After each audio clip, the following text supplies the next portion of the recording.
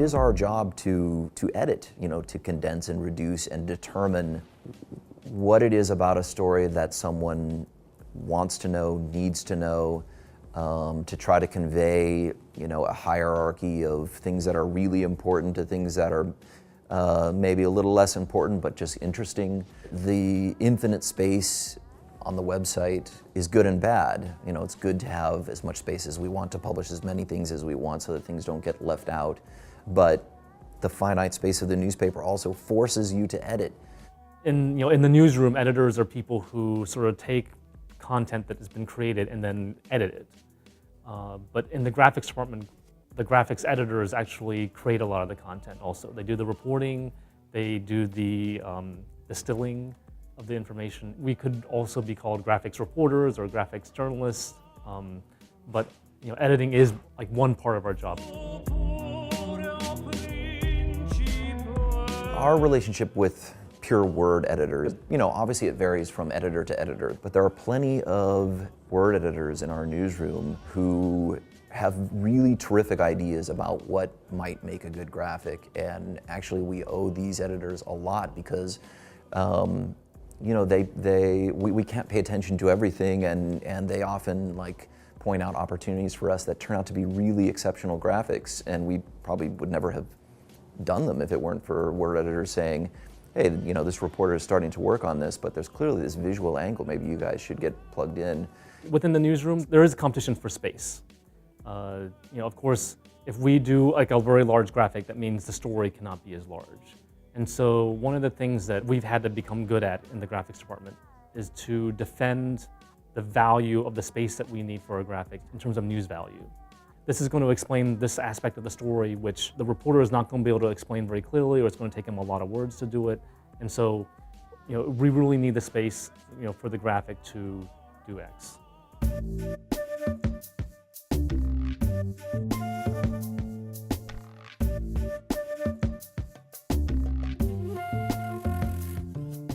You really can't make a great graphic unless you have great material.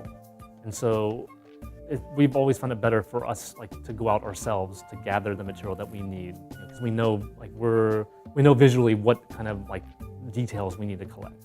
In 2003, they sent me to Iraq. When you're out in the field, you can't really carry a computer with you everywhere and do your work on the computer. So I carry a sketchbook with me. You don't want to bring a lot of equipment for you because people are kind of nervous if you look like you have a lot of technology. You just have yourself in your sketchbook, and I would just paste things out. I could walk around the site and I would write down how many steps it took me to get from one side of the room to the other side of the room. We want to publish immediately when there's news. And we've structured ourselves so that we can do that. So on a breaking news day, you'll have some initial reporting, kind of thin reporting. That information will feed a locator map that goes up on the site. And you keep reporting, you get a little more information. Maybe then you can do some kind of an annotated photograph of the scene or something that is a more elaborate visualization than just a locator map. You publish that on the website. You keep reporting, you try to build out whatever that visualization was, you push that out. Usually what happens is then you try to get to a point where you have a graphic that's up on the site that can hold up for a long period of time, that doesn't feel dated after an hour or 2 hours, and so then that is a placeholder. That gives you a little bit of a cushion to move forward.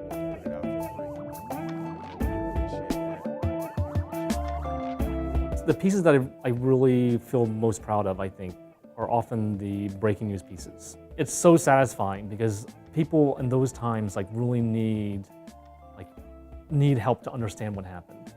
And I think one really good example of this is the work that we did after 9/11.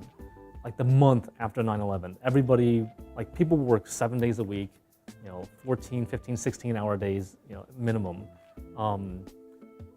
because you knew that everything that you did was so critical to our readership and the public to understand what happened and what was next.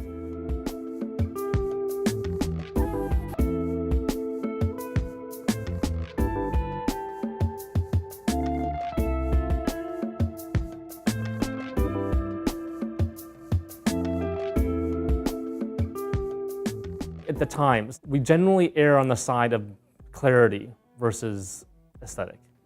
The simplicity that we try to achieve is an aesthetic in itself. So maybe that's what we end up with. But because we're generally working on fast deadlines and we don't have a lot of time to do something over and over again, that we will generally do the simplest and clearest route.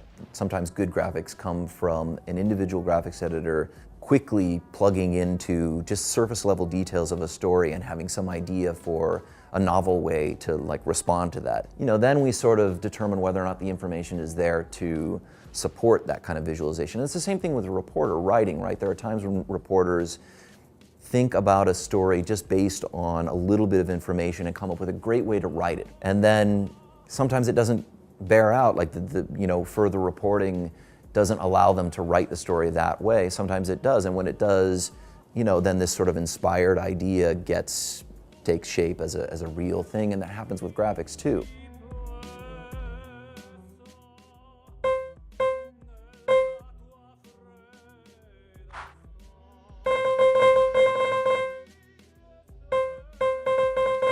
One thing that people often ask us is do you have a style book?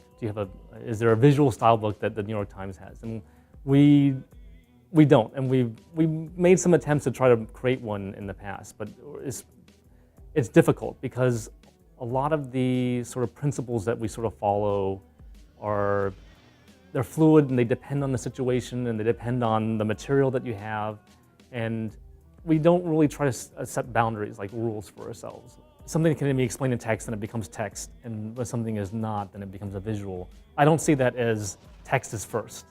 I see that as just the natural differentiation between the storytelling that we do and that the reporters do.